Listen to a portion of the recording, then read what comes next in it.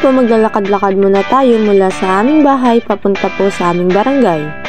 Okay, good morning guys. Ngayon nandito po tayo sa Barangay Rio Tuba kung saan aalamin po natin ang history ng aming barangay at kung saan nga ba nanggaling ang salitang Rio Tuba.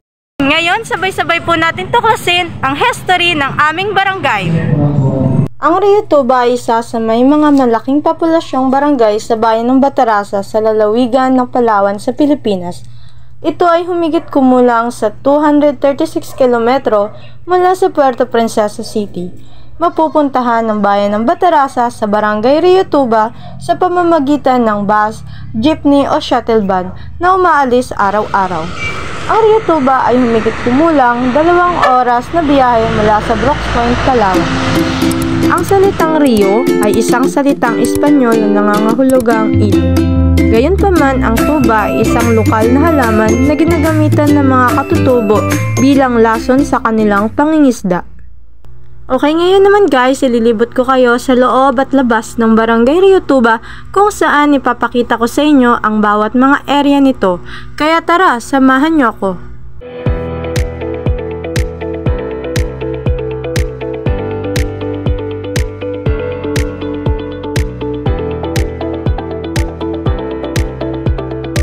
Ang barangay ay itinatag ni Ginoong Anselmo de la Chica noong unang bahagi ng taong 1920s na noon ay naging unang kapitan ng aming komunidad.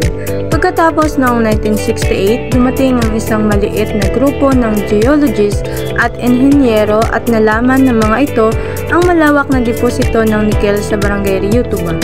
Pagkatapos ay sinundan ng isa o marami pang mga taon ay itinatag na ang pundasyon ng RTNMC o kilala sa tawag na Rio Tuba Nickel Mining Corporation.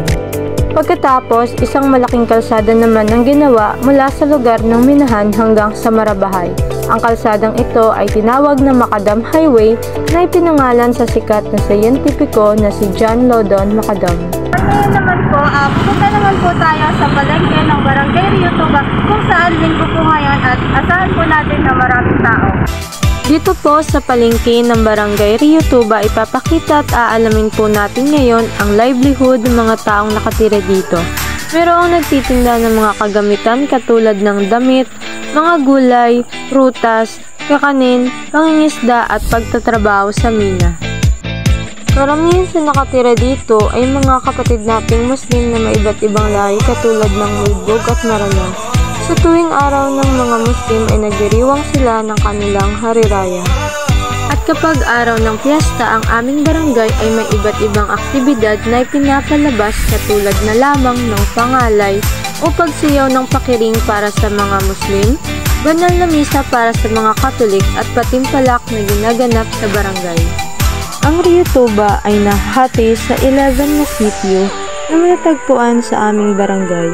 Una, ang aming sitio sa Bukid-Bukid, sunod ay ang Santo Niño, Piyas-Yasan, Marabahay, Pagdalungon, Bungkol-Bungkol, Macadam, Racob, Kinurong, RTM Townsite, BCI Toca Angre at ang Manunay.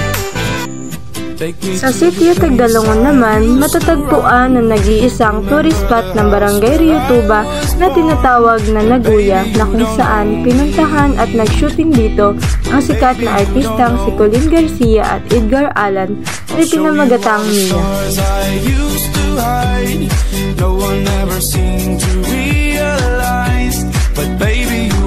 Dito na po nagtatapos ang history ng Barangay Rio Tuba. Salamat sa pakikinig.